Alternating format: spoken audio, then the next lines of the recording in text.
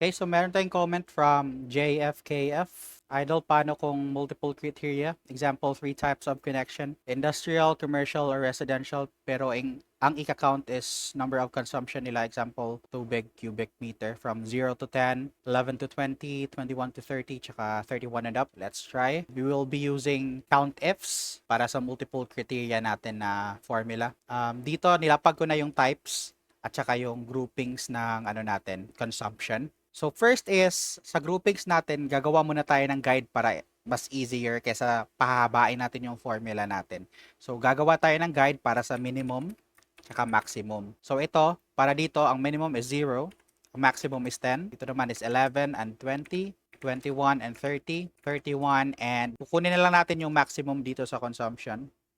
Pwede kayong gumamit ng pivot table para sa groupings only if yung yung groupings mo is same yung intervals nila. Ay pabain ko muna yung formula bar para makita nyo. Okay, so let's start with equals COUNTIF. So make sure may letter S yan sa dulo kasi multiple criterias. Ang criteria range number 1 natin is saan natin hahanapin yung connection type natin. Right, so dito sa connection type na data. Tapos lock lang natin, press F4, comma. Tapos, ano yung hahanapin natin sa connection type? Edi itong type natin dito. So, highlight lang din natin, tapos lock. Ayan. Comma. So, sa criteria range number 2 natin is, dito na tayo maghanap sa consumption natin. So, highlight lang natin to.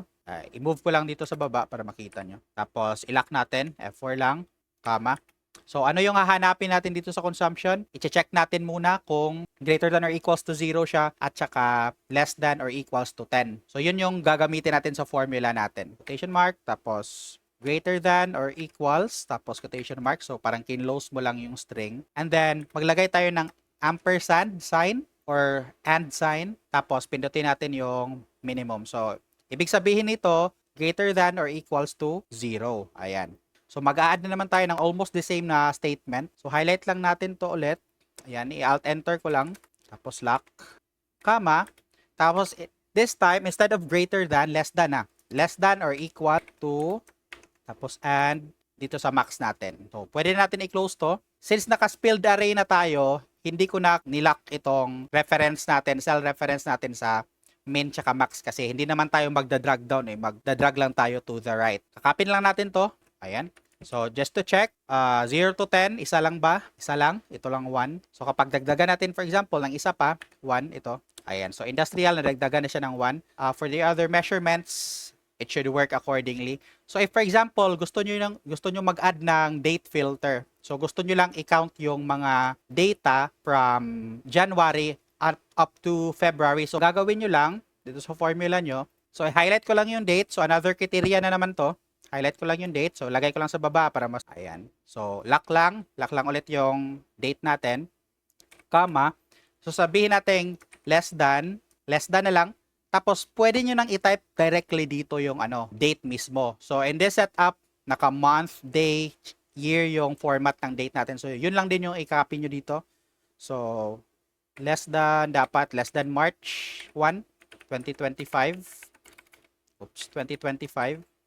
Ayan. Ayan yung gusto nating i-count yung mga data na older than March 1, 2025.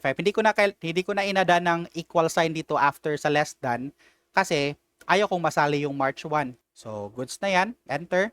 So, lahat ng dito, pag kinapi-paste natin to, ayan. So, for example, itong industrial natin na 1, ito siya. Gagawin natin tong March yung date niya. Ayan. 2025. So, mawawala na siya sa counting kasi naka-filter na yung date na dapat before March yung mga information na gusto natin. By the way, if meron kayong date na select date, parang ganyan, pwede nyo ding ilagay dito. For example, ayan.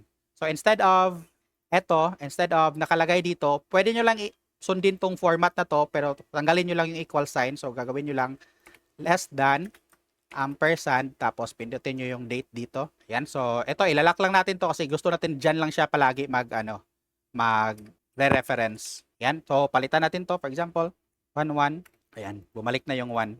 So yun lang. Rotec, peace!